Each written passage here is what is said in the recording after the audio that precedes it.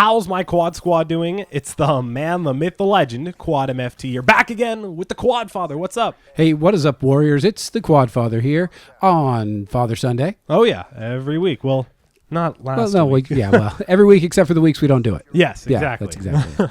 All right, so we've got a few stories, but you have a light goal for us, right? I do. It's 269. 200. Oh. What? 267.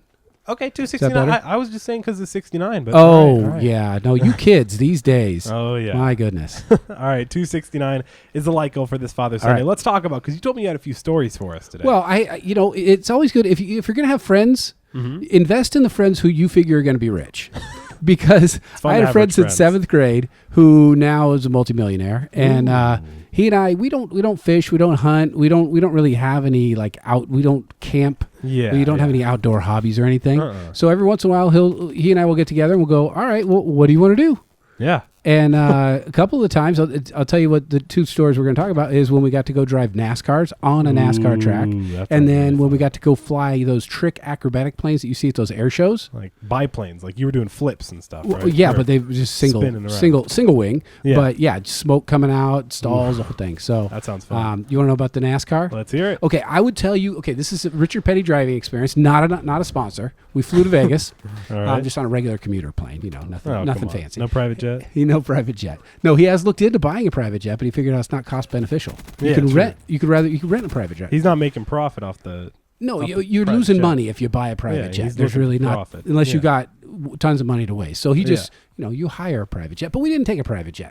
We actually just flowed. We flowed there, just regular passenger, and we did two parts. One was a King's package. Okay, Ooh, so that was where you actually get to drive the car. Okay, ooh, that sounds fun. We haven't really talked about it on this show, but my left side is damaged and it's neurologically damaged. Okay, well that's the clutch foot. Okay, these cars have clutches, so they're not automatic.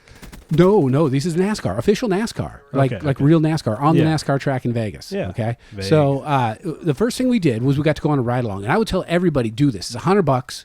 You get to go about 4 or 5 hot laps, which means there's a guy driving, you're in the passenger seat. And you're going fast. And you're going, we went over 165 miles an hour. So fast. If you think about it, it's weird to go 100 miles an hour in your own car. I shouldn't tell you this, son, but when I had a motorcycle, I went over 100 miles an hour. Yeah, that's scary. And the face mask was pushing against my chin, right? That bottom part was just, it's scary. It felt like I was going to fly. Literally, I was like, how am I staying on the ground? Yeah. Right? I needed a little wing to keep me down. But that wasn't the case in the NASCAR. So I was screaming and yelling. I was having so much fun because I'm riding along with a professional driver, right? Yeah. I mean, you're driving down that stretch. You're in a car that costs lots and lots of money. That goes extremely fast. Yeah. And so you're driving down that straightaway, and as you come to the corner, he doesn't let off the gas. So he's cranking it. So he's got side G's. He's got those kind of like a special, those gaming chairs that I think you have one, the DX Racer. Yeah, they have side. They hold you in. So the side of the thing is all bendy.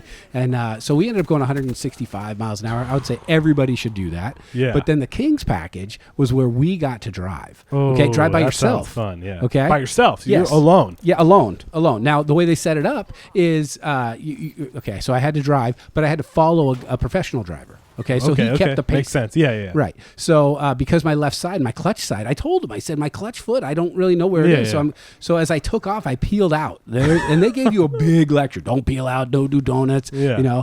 Well, they let me slide a little bit. Good. Not drift, but they let not me literally. Not literally slide, but they gave me a break. So, I take off and, they say. You're peeling out in a NASCAR. Yeah, well, I didn't mean to. It was an accident because it's either, my leg is fully extended. Well, I mean, you had the perfect excuse, right? Yeah, well, it was for me. It was an excuse. It's their car, their tires. I don't think they were too happy about the fact that I was, leaving rubber on the track. But whatever. So, so we got to, the one thing you don't know is everybody says NASCAR is boring, right? It's boring to watch. Going in circles, watching. And I understand it's 3.5, 4 hours long of guys turning left.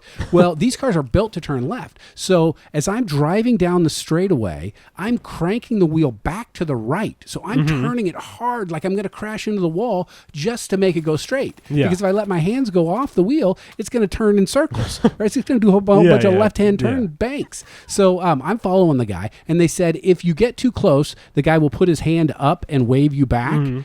And if you're going too slow, he'll wave you forward. Okay. Well, I thought, oh my gosh, I'm getting too close to this guy. He's going to wave me off. You know. And then he gives me the come forward signal, and I'm like, oh my gosh, I'm right You're next to this guy. right next to him. I'm going 130 miles an hour, and he wants me to get closer to him. So I think he's going to do everything he can to make sure you don't crash. Like he knows. Oh yeah. You got. I mean, your life is in his hands, right? Well, yeah, and he does this every day. Yeah, I'm sure he does multiple times, right? Because you're only getting. You got a group of 15 guys, all waiting out there on the track, and they got like 3 or 4 cars going at the same time. So when you're done, you go onto the inside lane, off to the inside part of the track, and then you do a slow lap because it takes a while to slow down.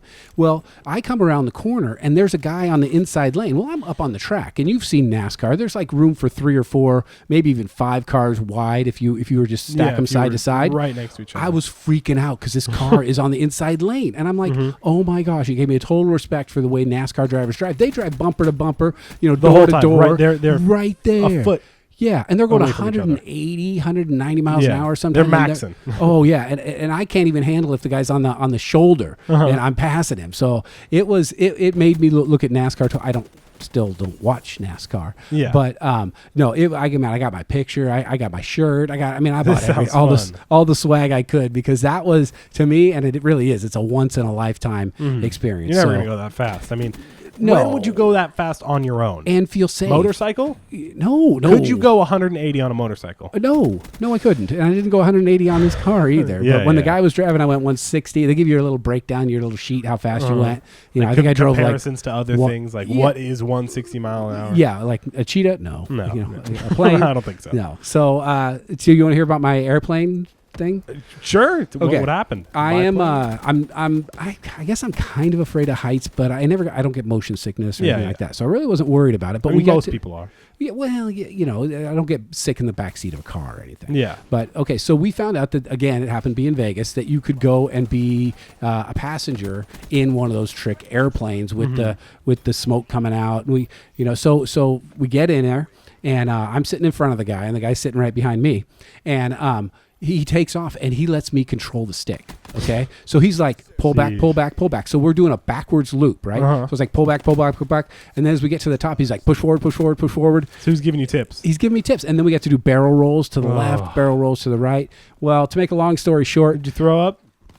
No, but I sat in the hangar for about 2 hours after because I couldn't get in the car because I was so dizzy. It was a great experience. I don't know that I'd do that one again, though. That sounds like a throw up. It sounds like you're throwing up a lot. I wish I would have thrown up. Yeah. It's like when you have the flu and you feel better after you I wish I would have thrown up. Yeah. So. Wow. It sounds like you have some crazy adventures. Well, hopefully you guys enjoyed this. That was some great storytelling by the Quad Father. Don't forget to drop a like rating. Like you said, 269 likes. That'd be awesome. Don't forget to subscribe. We're like 100 subs off 69K. Let's do it. Don't forget to subscribe. It's been Quadmft and the Quad Father. And I'll see you on the track. Peace.